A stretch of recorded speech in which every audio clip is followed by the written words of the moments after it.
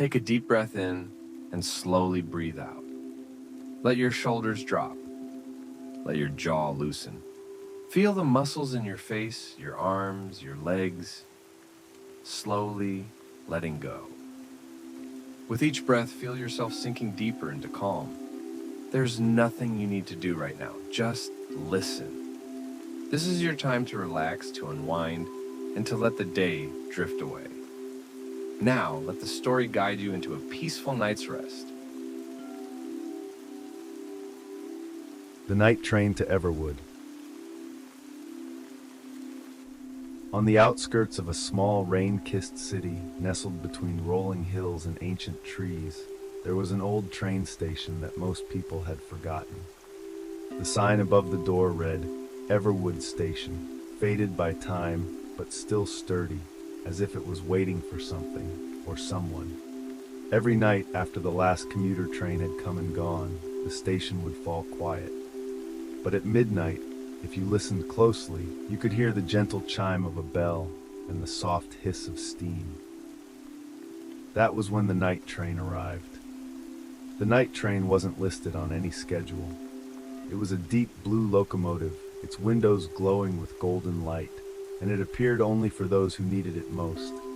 People carrying heavy hearts, restless minds, or dreams that felt too far away.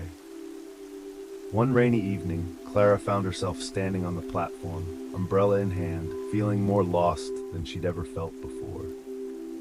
She had moved to the city for a new job and a fresh start, but the days had been long and lonely. The city's lights were bright, but they made her miss the stars she used to see from her childhood window. As the clock struck midnight, Clara heard the faint chime. The night train pulled in, its engine humming a lullaby. The conductor, a kind-eyed man with silver hair and a navy coat, tipped his hat.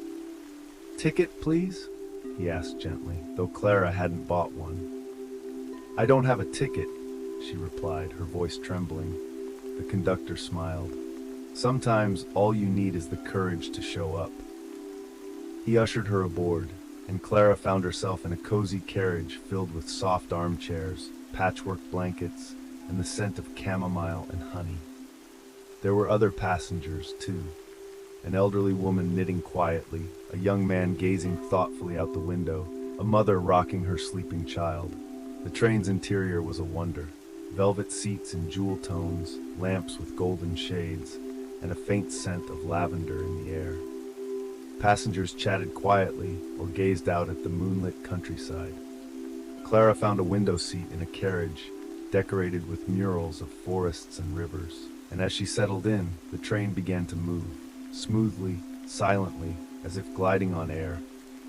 They passed through landscapes Clara had never seen, fields of silver grass, forests where the trees shimmered as if dusted with frost, lakes reflecting whole galaxies. The rhythmic click of the tracks was soothing, and Clara felt her worries begin to fade. As she gazed out, a sudden flicker caught her eye, a flash of movement in the glass. She turned and saw, for just a moment, a small figure darting down the aisle. It looked like a child, but its hair was wild and its eyes sparkled with mischief. It wore a patchwork coat and left a trail of tiny, glowing footprints that faded quickly.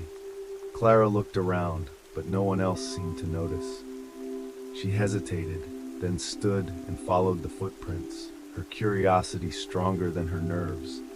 The footprints led her to the next carriage, where the atmosphere shifted. Here the lamps glowed a soft blue, and the air was filled with the sound of distant music, like wind chimes and laughter. The little figure was perched on the back of a seat, grinning at her. "Who are you?" Clara whispered. "I'm a dream messenger," the child replied, voice like wind through leaves. "I help the night train find people who need a little magic." Clara smiled, feeling a warmth in her chest she hadn't felt in a long time. "Is this real?" she asked. The child winked. "It's real as you believe it to be." Suddenly, the windows of the carriage shimmered, and scenes from Clara's life began to unfold, more vivid and real than any dream. She saw herself as a child, running through the park with her father. He chased her, both of them laughing, until he caught her and swung her high into the air.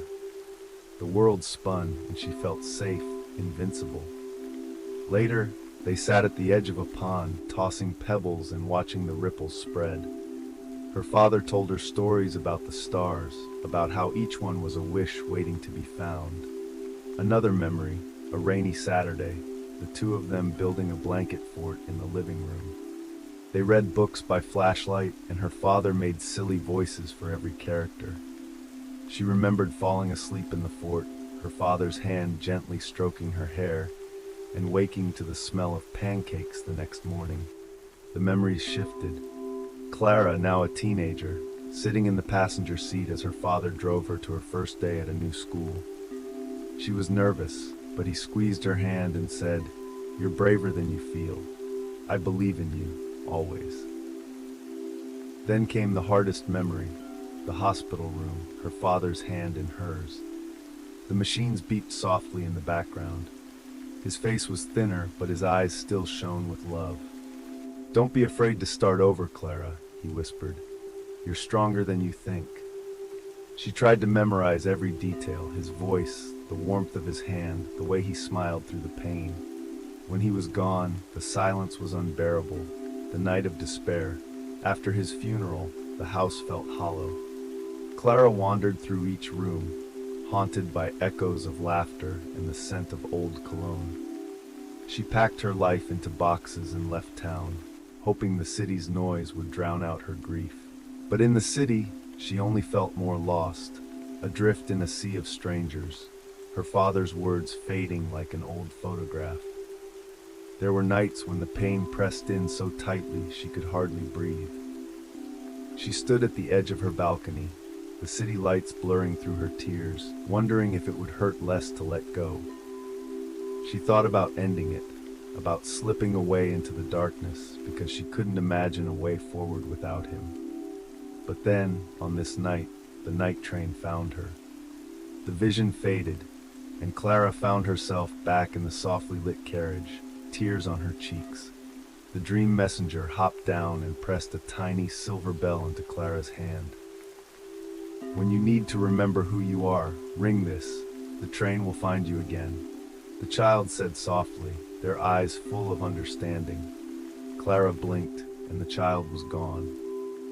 She returned to her seat, heart pounding, unsure if she'd dreamed the whole thing.